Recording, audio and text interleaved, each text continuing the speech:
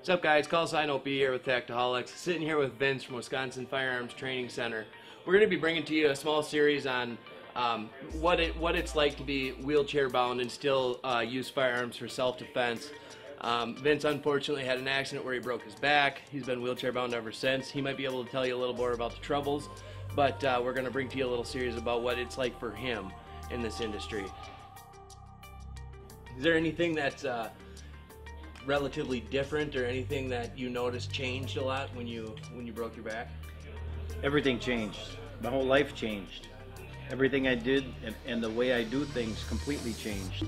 What I do appreciate and what I can say to everybody out there is that when a person is paralyzed, there's many different ways you can be paralyzed. There's different levels of your spinal cord, you know, from your neck, the C, and the T's, the vertebrae. If you break your neck, then you lose use of your arms or your fingers, and then your arms. I happen to be paralyzed at T4, which means that I don't have any trunk muscles. I can't use anything below my chest.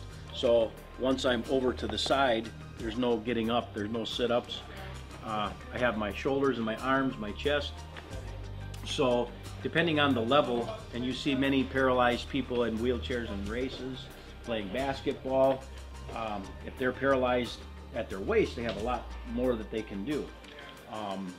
Fortunately, I have the use of my arms and my shoulders, and I do gunsmithing with my hands and repair guns, fix guns, restore guns and stuff. And I was hired here as the gun tech, the assistant gunsmith at Wisconsin Firearms Training.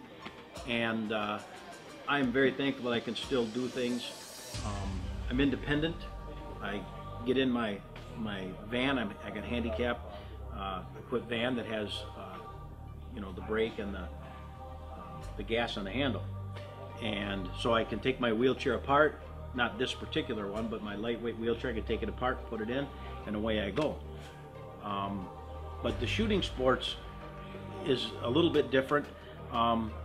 When I shoot a rifle, I have to be supported because I don't have the use of my trunk muscles. If I hold a rifle out or a crossbow, then I fall forward. So I always have a rest. Being in a wheelchair, I can also hunt out of my van. So when I roll the window down to my van on top of an alfalfa field, I have the rear view mirror as a nice bench rest. And I've hunted that way, and I've been very successful doing it that way. Pistol shooting is a little bit different.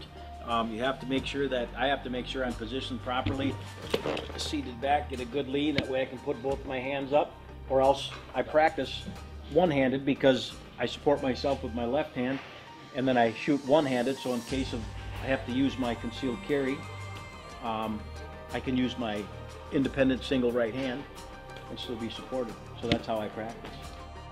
We're going to try and get Vince out to the quarry or to the field one of these days where we do our filming, and wait till you guys see some of the gear this guy's got. These chairs actually stand him to an upright position, which is amazing.